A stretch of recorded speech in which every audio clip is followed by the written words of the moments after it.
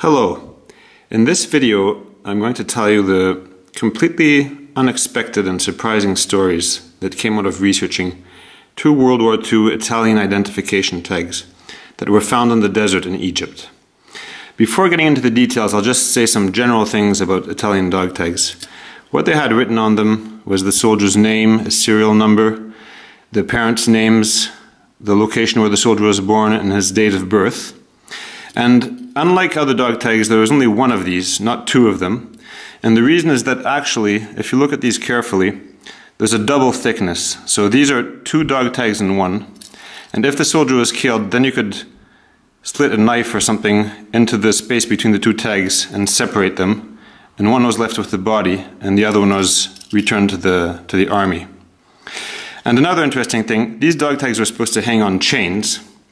And the chains were really fragile, so that wasn't good for the soldiers because they broke often. But that's really good for us who look for this stuff, because it means that you can find a lot of them because the chains broke and the soldiers lost their dog tags really often.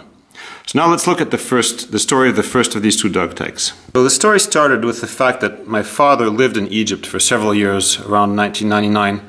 So I was really lucky. I went there a bunch of times and with friends and stuff and my family, and we visited normal stuff like the pyramids like you just saw, or here the Suez Canal. But we also drove all over the country and to see totally random stuff, like these guys lowering one of their friends into a well. And I was eating with local people, meeting with local people, with the Bedouins. And when I was in the Western Desert, whenever I met local people, I always asked them if they had found anything from World War II, shepherds and things like that could find things in the desert. And in this case, you see the guys had found a British helmet, so I was able to buy that from them. And by doing this, I was able to find a few World War II items, and some of those items were the dog tags I showed you before. So we'll start with this first dog tag. You can see it has a bunch of sand on the front, which is pretty common, so you can't actually read what's written.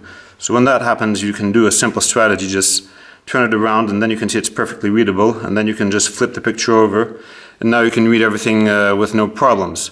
So you can see this dog tag belonged to a guy called Grossi Gerardino, born in 1921 from a village called Fondi. So the first thing I do whenever I find a World War II dog tag is try to find out if the guy survived the war or not. So for Italian tags, that's really easy because their government has an internet site. You just go to that, and then you type in the guy's name and date of birth and stuff, and click on enter. And then if he died, his name will come out.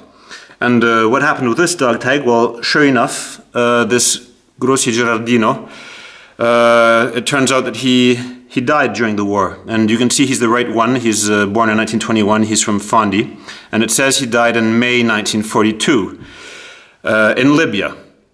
So of course this is very interesting because May 1942 is just before the major battles of the summer of 1942 started and the advance towards El Alamein. And this is morbid, of course, but for me finding something from a dead soldier is always the most interesting because that soldier really, you know, saw the end of war and lived through, let's say, the ultimate experience of war, which is dying and not surviving. And while we're at it, a little comment. You see that on the internet site, his name is listed as Geraldino with an L, whereas his real name was Gerardino with an R. So as usual, there were a bunch of mistakes on these identification tags.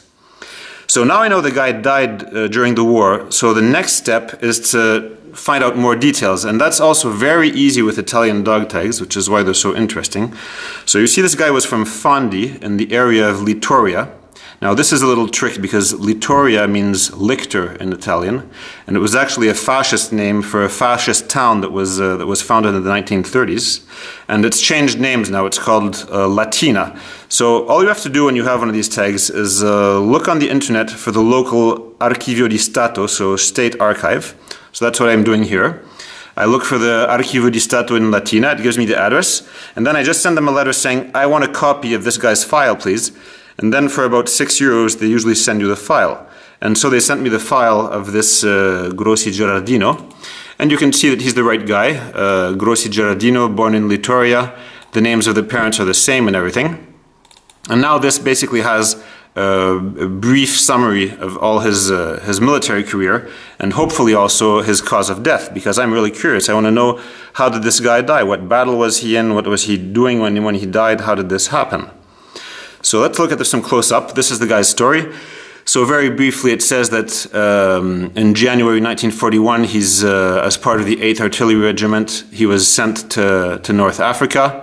Then in May 1941, it says that he's recovering in the hospital. So that means he was wounded somewhere. It doesn't say any details though.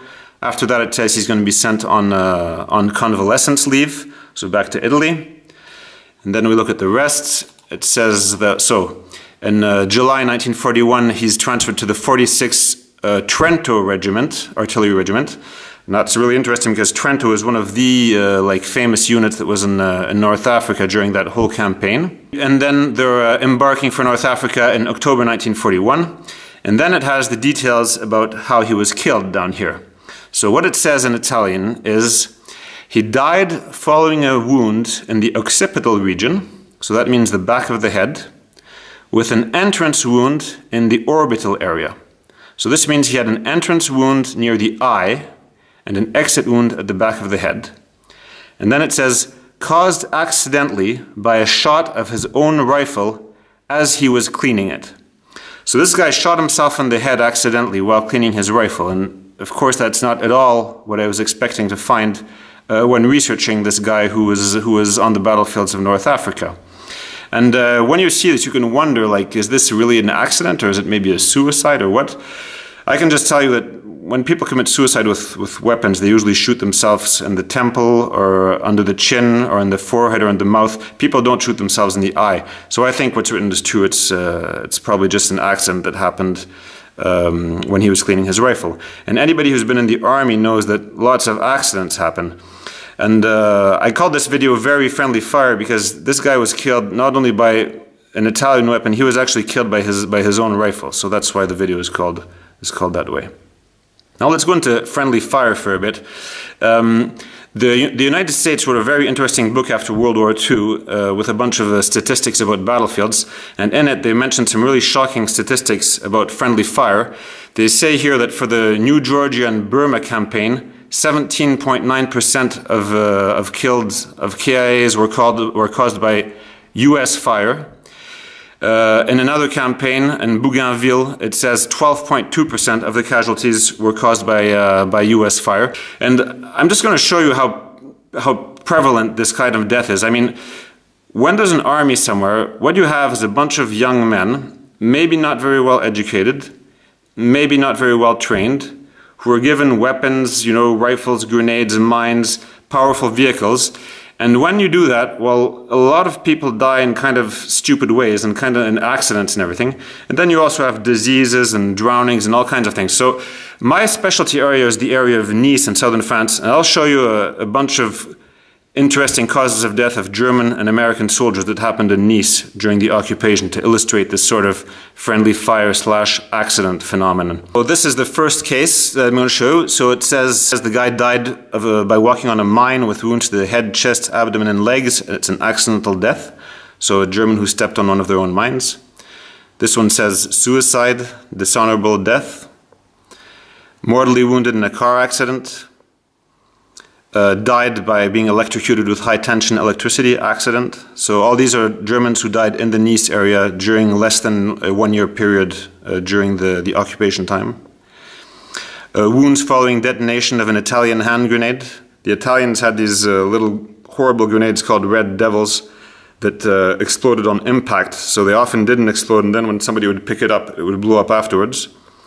Then a second guy died from early detonation of a hand grenade. So this guy, Hoffman, I was lucky I interviewed one of his friends, and he told me what happened is that they were fishing in the sea and with these Italian grenades, and then one of the grenades blew up in his hand, so he was killed like that by fishing. Another suicide, dishonorable, run over on train tracks, accidental death. Railroad accident, just a few days in a row, 2 guys killed in train accidents in Nice. Heart attack, yeah, natural death.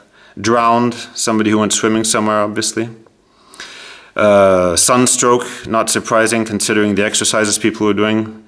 Died run over by a French bus, I wouldn't have wanted to be the French driver of that bus running over a German soldier. And then this is a guy who died on August 15th, 1944, the day of the American invasion. So you're going to think, okay, now the action is starting. This guy must have died like a real combat death. But no, it says to his family in the letter that he died in a truck accident, even though it was just a couple of kilometers away from the fighting.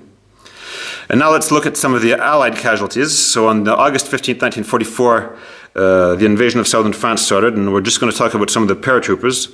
So the first thing that happened is that an entire stick, so 18 guys from an airplane of the 509th Parachute Infantry, they jumped out over the sea by accident. This is all their names, and of course they're all missing in action since then. Nobody ever heard of them since. There was fog, and they just jumped out of the plane over the sea by accident. When they landed, one of the missions was to cut electric wires and things. And this guy here, well, he cut an electric wire and was electrocuted and died. And then in the afternoon of August 15th, a bunch of gliders came in, and they crashed severely. And about 40 glider pilots or soldiers in the gliders were killed. So actually, on the day of the southern France invasion, about 100 paratroopers were killed, 100 airborne troops were killed. And out of those 100, 40 of them were killed in the glider or parachute mishaps, so almost half of them. Okay, then just a few days later, you see that this guy died of multiple wounds to the chest, to the stomach, face, neck, with amputation of both hands.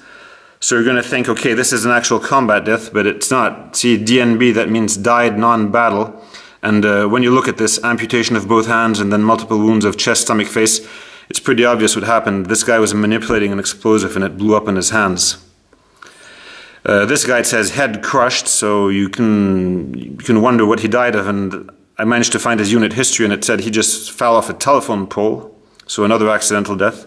Gunshot wound to the neck, that sounds like action, but then when you look into more details, it says the guy was killed in an ammunition explosion, and you see it says non-battle once again. A guy who dies in a car accident, very common. Shrapnel fragment wounds to the hands, legs, abdomen. Again, it says died non-battle, and then when you look at the details, it says multiple penetrating wounds to the body sustained when a hand grenade exploded in his possession. So another guy who blew up with a grenade in his hands.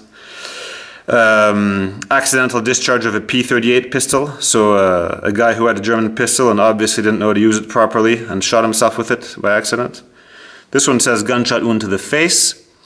It actually says in line of duty, so it's supposed to be a combat death.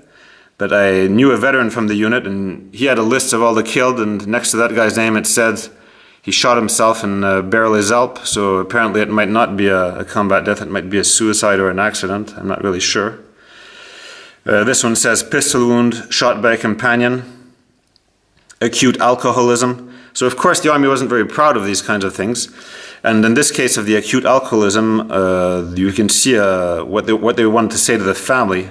And it says, the reply to the wife from your office should be vague and merely state that the date of death has been confirmed. So they didn't want to tell the wife that the guy had drunk himself to death.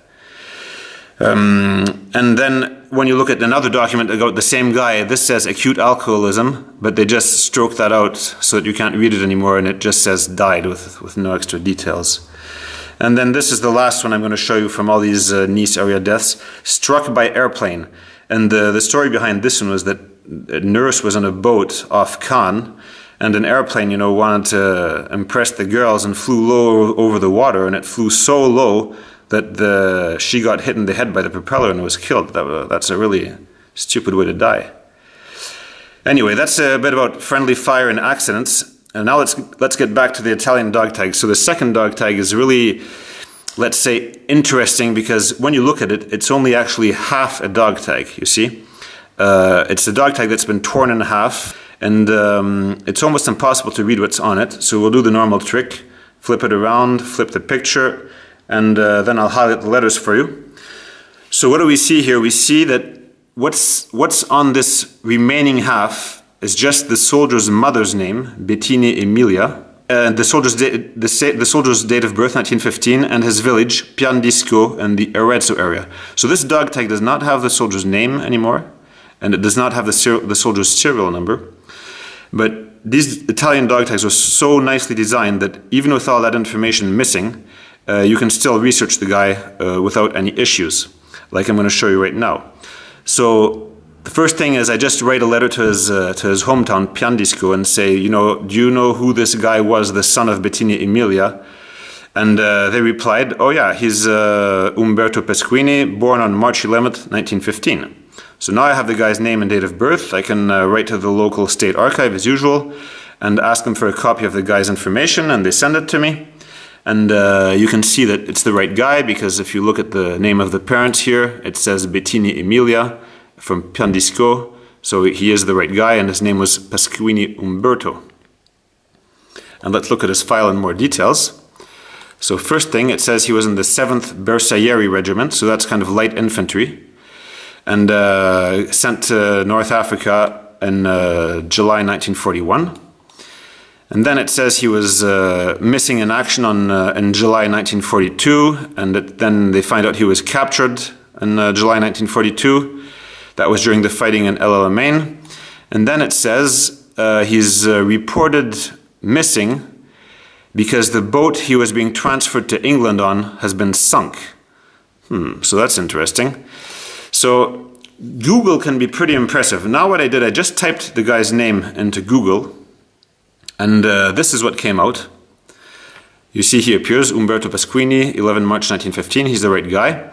And it says that he was a passenger, a prisoner passenger, on a boat called the Laconia that was attacked and sunk on September 12th, 1942. Now, I don't know if you guys have ever heard about the Laconia. I certainly had never heard about it. So I looked into it, and the story of this boat is really something incredible. So I'm going to tell you about it right now. So firstly, he was in the 7th Bersaglieri Regiment, and here you can see at El Alamein they have a monument for the 7th Bersaglieri Regiment, the 7 here, because that's the unit that was the closest, the very closest to Alexandria in Egypt in July 1942. And he was captured just a few days after that, so he was a prisoner of war in a camp in Egypt. And then with about 1,700 other Italian prisoners, he was put on this Laconia boat to be transferred to England. And in the boat there was also about 1,000 British civilians or soldiers, so 2,700 people in all. And the boat left, and then when it was going around Africa, a German U-boat spotted it, and German U-boats, those were the submarines, and they were really, really dangerous at the time. They were sinking outrageous numbers of boats. And what did they do when they saw this Laconia? Well, of course, they fired torpedoes at it, and they sunk it, because it was a British boat. And then the German submarine came to the surface, and of course they had no idea that the boat contained mostly Italian prisoners, and when they got to the surface they heard people shouting in Italian, and they realized, like, we just sunk a boat that has a bunch of Italians, our own allies, inside it. So the German submarine surfaced, and it started picking up survivors, and they flew a red cross, and they sent radio messages saying there's a bunch of people in the water, come and help to rescue them. So another German U-boat came along, and this is an actual true story. The German submarine was really picking up not only the Italians but also the British and women and children and all the people from this boat. And a second German U-boat came along, surprisingly. So you had these like death submarines. Instead of killing people, for once they were saving them and being covered in survivors, as you can see here, and being treated really kindly by the German submariners and everything. And then what happened is that when these German U-boats were on the surface with all the survivors, all of a sudden an American airplane spotted them. And they said, they radioed back to base and said, there's German submarines on the surface and they have a bunch of survivors around them. And they received the order, bomb the submarine. It doesn't matter about the survivors. So the Americans bombed them, and one of the bombs actually landed on a boat full of survivors. And of course the German submarines had to escape, so they left, and they left all the survivors in the water. And so some of those survivors were picked up later by other boats. Other people just drifted in the sea and died of thirst and died of hunger. And Umberto Pasquini, the owner of this dog tag, well, he was one of these people, and he's one of the guys who didn't make it. So out of the 2,700 people on the Laconia, about 1,500 of them died, and almost all of them were these Italian prisoners. And so anyways, one of the guys who drifted in this boat, in these little boats for days and days and almost died of thirst, and described, you know, throwing weak people into the water and things like that. He wrote an absolutely amazing book called One Common Enemy. And even if you're not interested in World War II or the Laconia, I really advise reading this book. It's an amazing survival story, really a breathtaking book. They've also made a movie about this Laconia incident. The movie, I have to admit, isn't too good. They managed to ruin an amazing story. And since we're talking about El Alamein, well, I went back there recently, and I was really shocked because, see, this is a picture I took back in the day in around the year 2000. And this is the same place today. They've been building up like mad. And here's a few, this is the beach like it used to be, completely wild, and now they're building stuff there. And here's a satellite view of the area in the year 2000. And now you can see that civilization is just spreading over there like a kind of cancer. And this is what's happening right now, so it's just going to be a huge metropolis pretty soon. And yeah, when I see these machines digging, I don't see nice construction. What I see is Terminator, like scenes from the movie Terminator and War of the Machines. That's what it looks like to me, just this chaotic construction by machines destroying the environment. And this is what it looks like once the construction is over. There's garbage all over the place. It's not like the area isn't maintained properly. You see, this is even, you go into buildings and it can be this filthy. So it's really catastrophic what's happening, unfortunately. And yeah, so this is the picture I showed you before of that Versailles monument, and this is what it looks like nowadays. And no, that's not Photoshop, that's actually a true comparison, as shocking as it is. Anyway, I hope you found these stories of these two Italian identification tags interesting. Both of them died in a sort of friendly fire incident, and that's not an insult to the Italians. They had lots of killed in World War II, and their history is really extremely interesting. And I showed you now how easy it is to research their dog tags, so I hope if you find a dog tag, you'll also look into it and research it, even if people are usually not interested in Italian memorabilia. Believe me, once you start looking into it, it's the most interesting of all. And lots of their soldiers died, and we should also remember them. Anyways, I hope you found this video interesting, and if you want some help to research these items, you can always send me an email as usual. Bye-bye.